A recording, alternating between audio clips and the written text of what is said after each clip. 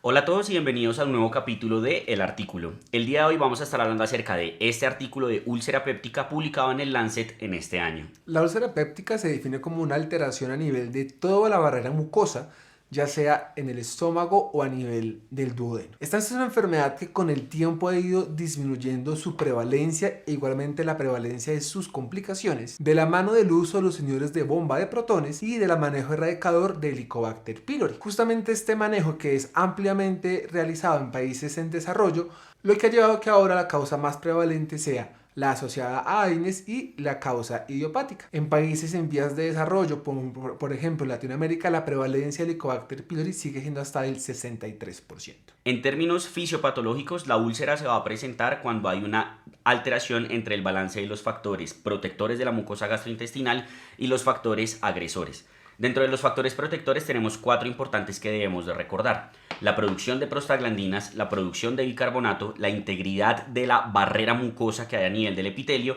y la adecuada perfusión del epitelio y la mucosa gastrointestinal. Ya en cuanto a lo que son los factores agresores, estos van a depender de la etiología como tal de la enfermedad ulcerosa. El Helicobacter pylori lo que va a hacer es ingresar al epitelio como tal gastrointestinal, va a generar alrededor de él un efecto protector contra lo que podría ser la gastrina o la pepsina, pero aledaño a esto va a generar una inflamación crónica a nivel de la mucosa, lo cual va a terminar afectando la barrera mucosa. En cuanto a lo que son los AINES, estos lo que van a hacer es afectar directamente a los fosfolípidos y a la producción de las prostaglandinas, haciendo más vulnerable la mucosa gastrointestinal. Y en los pacientes críticos, en donde el principal mecanismo fisiopatológico o el principal factor agresor va a ser la disminución en la perfusión. Cuando hablamos del cuadro clínico relacionado, tenemos la enfermedad no complicada y la enfermedad complicada. La enfermedad no complicada va desde el paciente que está asintomático hasta la dispepsia, que es nuestro síntoma predominante, marcado por dolor external, dolor urente, eruptos, náuseas, vómito, saciedad precoz. Y la enfermedad complicada pues habla de las tres complicaciones más relevantes, que son el sangrado gastrointestinal, la perforación y la obstrucción gástrica. Al momento entonces de querer yo diagnosticar esta enfermedad, debo preguntarme si hace falta o no el uso de estudios invasivos. Pacientes menores de 50 años que no tengan disfagia, pérdida no explicada de peso, sensación de masa, anemia o sangrado gastrointestinal no requieren de entrada un estudio invasivo, es decir, una endoscopia de vías digestivas, y podría iniciar el enfoque diagnóstico a partir de una prueba terapéutica con inhibidor de bomba de protones más una prueba no invasiva. Dado precisamente la relación que hay entre el Helicobacter pylori y el desarrollo de esta enfermedad y potencialmente a largo plazo el cáncer gástrico, es muy importante hacer el diagnóstico de si está presente o no esta infección. Para esto podemos hacer uso de métodos tanto invasivos como no invasivos. En los métodos no invasivos tenemos el test de aliento de ureasa, tenemos la prueba del antígeno fecal y la serología, que es la medición de los anticuerpos. Aclarando que los anticuerpos no van a ser útiles ni en determinar la efectividad del tratamiento y tampoco van a ser útiles en zonas de alta prevalencia de esta infección. Es por esto que por lo menos en Latinoamérica fundamentalmente el diagnóstico lo invasivo lo hacemos con las otras dos pruebas, y es importante aquí saber que estas se pueden ver afectadas por el uso de antibióticos y de inhibidores de bomba de protones. Es por esto que si el paciente está usando estos medicamentos, para la toma de estas pruebas necesitamos detener el uso de los inhibidores de bomba de protones por lo menos por 2 semanas y de los antibióticos por lo menos por 4 semanas. Ya en cuanto a lo que son los métodos diagnósticos invasivos, se realizan a través de la endoscopia, sea o no con la toma de la biopsia. Una vez entonces confirmamos esta enfermedad, lo que debemos hacer es tratarla. Y el tratamiento inicial va a estar fundamentado en atacar el factor agresor que esté generando la enfermedad ulcerosa y hacer uso de medicamentos que promuevan la gastroprotección. Aquí principalmente hacemos uso de los inhibidores de bomba de protones, pero también existen nuevos medicamentos que han venido surgiendo, que son los inhibidores competitivos de los canales de potasio, como puede ser el vonoprazan, que está o no disponible en algunos países. Usualmente iniciamos el inhibidor de bomba de protones con una dosis de una vez al día por un tiempo de 8 a 12 semanas. Si después de este tiempo el paciente persiste con la sintomatología y no ha resuelto la enfermedad ulcerosa, lo que podemos hacer es duplicar la dosis del inhibidor de bomba de protones administrándolo cada 12 horas. Si después de esto persiste con la enfermedad del paciente, ya debemos pensar en otras entidades más raras de enfermedad ulcerosa, como podría ser un Zollinger-Ellison. Como segundo pilar viene entonces el manejo erradicador del Helicobacter pylori. El manejo pues se basa en el uso de diferentes antibióticos por un periodo de 14 días. Y esto depende de la tasa basal de resistencia a la claritromicina. Si yo sé que mi tasa basal de resistencia está por debajo del 15%, el esquema de primera línea debería ser la terapia triple basada en claritromicina. Si yo no conozco mi tasa de resistencia o esta está por encima del 15%, los esquemas de primera línea deberían ser o esquemas secuenciales o terapia cuádruple basada en bismuto. Siempre que yo haga un primer manejo del Helicobacter, debo confirmar la erradicación de la bacteria.